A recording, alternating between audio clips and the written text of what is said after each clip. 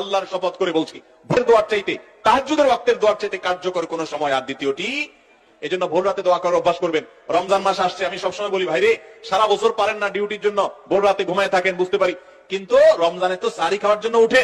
অতএব শুধু সাহরি খাওয়ার জন্য না উঠে, সাহরি খাওয়ার পাশাপাশি 10টা মিনিট টাইম নেবেন, একটা রুমে যে দরজা আটকে দিবেন, কেউ যেন নাই, সেখানে একটু আল্লাহর সাথে একটু কথা বলবেন। ছাদে চলে যাবেন, মসজিদে চলে যাবেন, নির্জন জায়গায় চলে যাবেন, সাহরি খেয়ে চলে যাবেন, অথবা সাহরি খাওয়ার আগে ওটা করে এসে পরে সাহরি খাবেন, কিন্তু ভোর রাতের দোয়া যেন রমজানে মিস না হয়।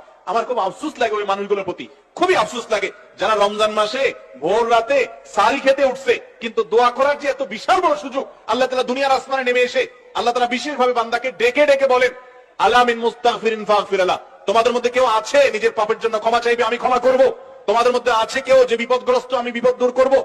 এরকম আল্লাহ তাআলা ডেকে ডেকে ক্ষমা করে থাকেন। অতএব ভাইরা আমার, ব্যক্তিগত জীবনে অনেক মানুষকে দেখেছি, অনেক মানুষের কথা শুনেছি যে তার জীবনে এমন সমস্যা হয়েছে, সমাধানের কোনো পথ তার সামনে খোলা নাই, ভোর রাতের দোয়াটা অনবরত করতে থেকেছে, আল্লাহ তাআলা অলৌকিক ভাবে পথ খুলে দিয়েছেন। এই জন্য রমজান মাস আসছে, আমি আপনাদেরকে আবেদন করব, আমি আবারও বলছি, যে মানুষ সাহরি খেতে উঠে একটিবারের জন্য দোয়া করে না, তার চেয়ে কপাল পড়ার কেউ না যে শুধু সাহরি খেলো।